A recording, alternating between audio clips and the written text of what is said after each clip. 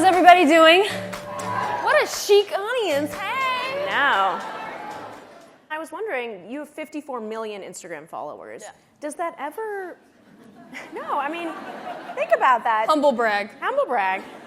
I do not think about it. Like, I really try not to think, like, that's a lot of people. Like, that's something, like, I just don't, I try to just, like, if I post it, I think it's cool, you know, like, if I do things, I think it's cool, if I'm, you know, but I feel the responsibility. It's like, it's a duality, really. It's kind of like there's a sense of, like, me ignoring it and pretending like that's not a real thing, and then also a sense of, like, oh, wow, there's a lot of people watching right now, so I should probably say something and do things that are meaningful because I have, like, an effect over a lot of people. Mm-hmm. It's like, how many people can I positively affect? How many people can I touch in a good way today? Like, whether it's even something stupid, like, you know, an Instagram story where I'm, you know, cracking jokes or whatever. Like, I just made someone's day. Like, that's cool, you know? What has the biggest change in the last year been? I'm a Virgo. I'm a perfectionist. It's hard to let things go and be easy on myself sometimes, but yeah, just coming into my own. That's the biggest change for me. I know you'd said that your ideal career would be a combination of Oprah, Beyonce, and Shonda Rhimes. Yeah. What about those? What's the ideal Zendaya future? Well, I always think about sometimes if there's not space given to you, sometimes you have to create it. Mm-hmm. Sometimes it's kind of your job, not just to let yourself in, but I mean, my goal at some point is to make room and space for other people. Concept sometimes that we're taught is we get into a room, then we have to slam the door so that nobody else can come in. And sometimes you gotta like have the idea to like open the door, jam it open, and let other people come in as well, and fill up that room and fill up that space. And so that's the idea and the concept. And so I'd love to see more of that, I think, in every way. I'm learning, you know, I'm learning every day, and I also learn from really, you know, incredible people who are also creating opportunities and, like I said, creating the things that they want to see, which is really beautiful to watch. Which is really beautiful to watch. I'm just so passionate. There's so many things I want to do. I think everybody has that thought, like, you know, and why not try to do as much as you can? Does that ever feel overwhelming? Like, I want to do everything. How am I going to do it all? You know, it only feels overwhelming when you're doing it. The concept is great. You know, the idea of doing everything is like, oh yeah, let's do everything. And then you do it and you're like, shit, I don't have time. But it's been great though. You know, I have a good team. I have a good people around me that like they deal with like the logistics of things. I'm not good with time. I'm not good with like all that kind of stuff. I'm just creative. I just want to flow and do my thing. Just wake me up, tell me when to do it, and tell me what time to stop. You know. Other than that, just let me go. Let me go. So yeah. So that's the most important thing is time management, which I'm not good at, but I have people who are good at it. I enjoy red carpets. Like, you know what I mean? Like, most people, you know, a lot of people who are actors don't like them.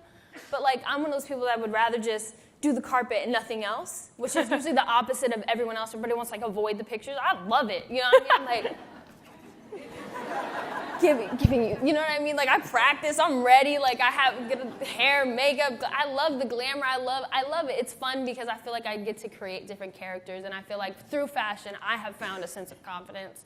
I think my stylist, Law, and I've worked with him since I was like 14 years old. He's been my one and only. He came in and he had this beautiful like vintage YSL bag, and I asked him, and I was 14-year-old me was like, oh my God, is that YSL? And he was like, of course. And I was like, we were soulmates. And, you know, that's that, you know, and then we've been together ever since, and now he's like family to me, and we really have like a really strong bond. And I think one of the things I've learned from him through fashion is just to be fearless and just do it, you know. And if you feel comfortable, if you feel confident when you walk out the door, like, why does anybody else's opinion really matter to you? And the people who will get it will get it. And so, you know, that was always kind of the goal, was just to do my thing. If I felt good, there was a time, you know, if I ever felt hesitant, he would always ask me, but do you care though? And I'd be like, no, I don't. You know, the whole point of fashion is to be polarizing. Like, not everybody's supposed to like it, not everybody's supposed to hate it. Like, it's supposed to be a discussion. That's the point of fashion and style. Not everybody is supposed to like it. You know what I mean? Like, that's the point, you know? And if you don't like it, then that's fine. Everybody's entitled to their opinions, you know? And so I just like to do whatever I like, you know what I mean? Do my own makeup most of the time.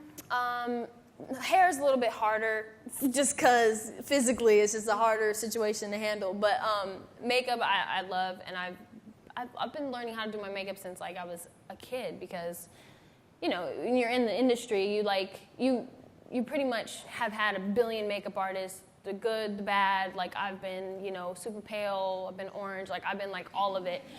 And so after a while, you just learn like, I know what I like, and you pick up different pieces from different people, and you're like, I like this technique, I don't like this, and you pick up products and you pick up things and you just figure it out. And so then I just decided, it's just better if I do it. Or there's like one other person that I use, but I'm very, very particular, back to the Virgo thing. So, best advice to young creators and artists. I would say one thing is like, when it comes to being creative and being an artist, it's a beautiful, wonderful thing, and always create your craft and do what you love to do, but also learn about the business side of the industry that you're in, because that's where people think they can get you, because you're young and you're creative and you're not thinking about the contract that you're signing right now, you know what I mean? So just make sure that you learn as much as you can also about the business portion, so that you can really run things and create things on your own, and you know, not deal with that situation where you wake up one day and you're like, oh, I've been working so hard, but I don't have anything to show for it. Who took advantage of me? You know what I mean? And you don't have to learn the lesson in the long run. So I would say just learn about the business and make sure you take care of yourself. And my thing is just not to get down on yourself about things not being exactly how you envisioned right away. You know, sometimes it takes time, and it takes, you know, stumbling a few times, and it takes failing a few times to figure it out, you know. It's rare that people are just like overnight success. Like, it doesn't always happen, and sometimes you just gotta just figure it out, like we humans do, you know. So that's my number one piece of advice is you know, accept the failures and learn from them, make them lessons, and just go harder the next time. Great. Well, we're going to end on that note. Let's all thank Zendaya for being so fabulous.